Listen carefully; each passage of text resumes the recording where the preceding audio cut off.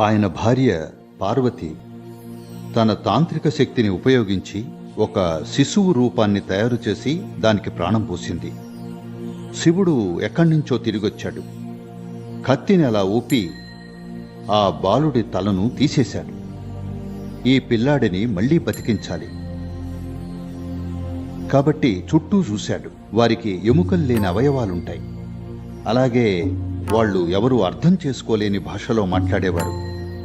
మానవ తల కాని తలను పొందాడు కాబట్టి అతను అత్యంత తెలివైన వాడయ్యాడు.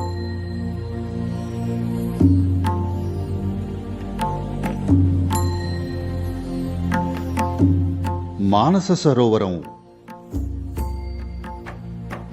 ముఖ్యమైంది.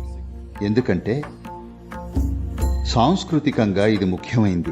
ఎందుకంటే శివుడు ఆయన ఒక విచ్చలవిడిగా తిరిగే గృహస్థుడు. పదే పదే వెళ్ళిపోతూ ఉంటాడు. కాబట్టి ఆయన భార్య పార్వతీదేవి కైలాస్లో ఉండే బదులు ఇక్కడికి వస్తూ ఉండేది. ఎందుకంటే అక్కడంతా మంచే, ఇక్కడ కిందకు వస్తుంది. కనీసం ఇక్కడ చల్లటి నీరైనా ఉంటుంది. కాబట్టి ఎక్కువగా ఆమె ఇక్కడ నివసించేది. అక్కడ కంటే ఎక్కువ సమయం ఇక్కడ గడిపేది. కాబట్టి ఇక్కడ చాలా విషయాలు జరిగాయి. వాటిలో ఒకటి గణపతి జననం ఇక్కడే జరిగింది. ఆయన ఏనుగు తల ఉన్నవాడు కాదు. ఆయన గణపతి. గణ అంటే గణాలు. శివునితో పాటు ఉండేవారు. సాధారణంగా వారు వికార శరీరం గలవారిగా, వెర్రి జీవులుగా వర్ణించబడ్డారు. వారు మానవులు కాదు. వారికి మానవ రూపం ఉండదు. వారికి వింత రూపాలుంటాయి. ఎముకలు లేని అవయవాలుంటాయి. అలాగే వాళ్ళు ఎవరూ అర్థం చేసుకోలేని భాషలో మాట్లాడేవారు. And they spoke in a language which nobody could decipher. వాళ్ళు కాకిగోల్లా మాట్లాడేవారు. అలాగే వాళ్ళు ఎప్పుడూ మత్తులో ఉన్నట్లుండేవారు, లేదా కనీసం అలా ప్రవర్తించేవారు. వాళ్లనే గణాలు అని అంటారు. వాళ్ళు ఎప్పుడూ శివుడితోనే సంచరిస్తూ ఉండేవారు. ఎప్పుడూ ఆయనతోనే ఉండేవారు. మిగతా వారు వచ్చిపోతుంటారు. ఒకసారి శివుడు ఎక్కడికో వెళ్ళాడు. 12 సంవత్సరాల వరకు తిరిగి రాలేదు. అతను 12 సంవత్సరాల వరకు ఎందుకు వెళ్ళిపోయాడు అనేదానికి మన వద్ద అనేక సాంస్కృతిక ఇంకా శాస్త్రీయ వివరణలున్నాయి. ఎందుకంటే చాలా వరకు ఆయన వెళ్ళిన ప్రతిసారి 12 ఏళ్లకు వెళ్తుండేవాడు. కాబట్టి అలా ఓసారి వెళ్ళిపోయి 12 ఏళ్ల తర్వాత తిరిగొచ్చాడు. ఇక్కడ ఈ సరస్సు ఒడ్డున పార్వతీదేవి ఒంటరిగా ఉండడం ఎలా ఉంటుందో ఊహించుకోండి. ఆమె ఒక్కతే ఉంది. ఇంకా ఎవరూ లేరు. ఆమె ఒక బిడ్డ కావాలనుకుంటుంది. ఆమెకు పిల్లలు పుట్టే అవకాశం లేదు.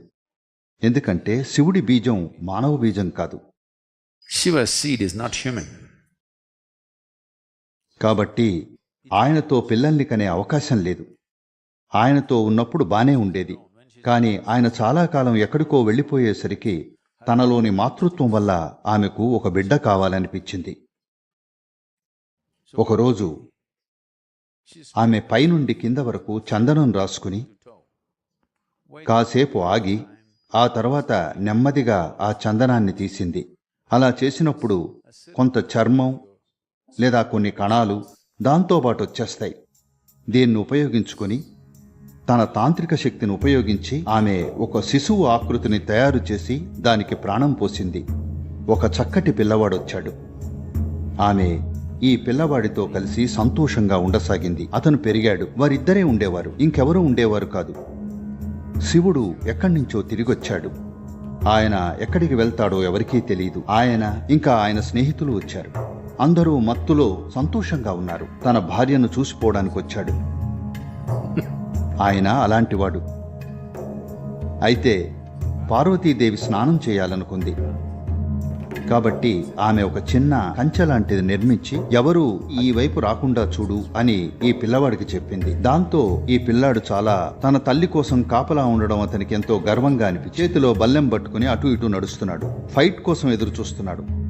ఫైట్ జరగాలనుకుంటున్నాడు. ఎవరో ఒకరు రావాలి. అతను వారిని నివారించాలి. తల్లి కోసం ఏదైనా చేయాలని బలంగా కోరుకుంటున్నాడు. ఆ స్థితిలో ఉన్నాడు. సరిగ్గా అప్పుడు శివుడు తన స్నేహితులతో పాటు వచ్చాడు. తన భార్యను కలవాలనుకున్నాడు. ఆ వైపుగా వెళ్తున్నాడు. ఈ అబ్బాయి ఆపి ఎవరు మీరు అని అడిగాడు. శివుడు, ఓహ్, నువ్వు నన్ను ఎవరని అడుగుతున్నావా అని కత్తిని అలా ఊపి ఆ బాలుడి తల తీసేశాడు. ఆపై పార్వతిని చూడ్డానికి వెళ్ళాడు. 12 ఏళ్ల తర్వాత తన భార్యను చూసి చాలా సంతోషించాడు. కాని ఆమె ఆయన కత్తికి రక్తం ఉండడం చూసి గట్టిగా అరిచింది.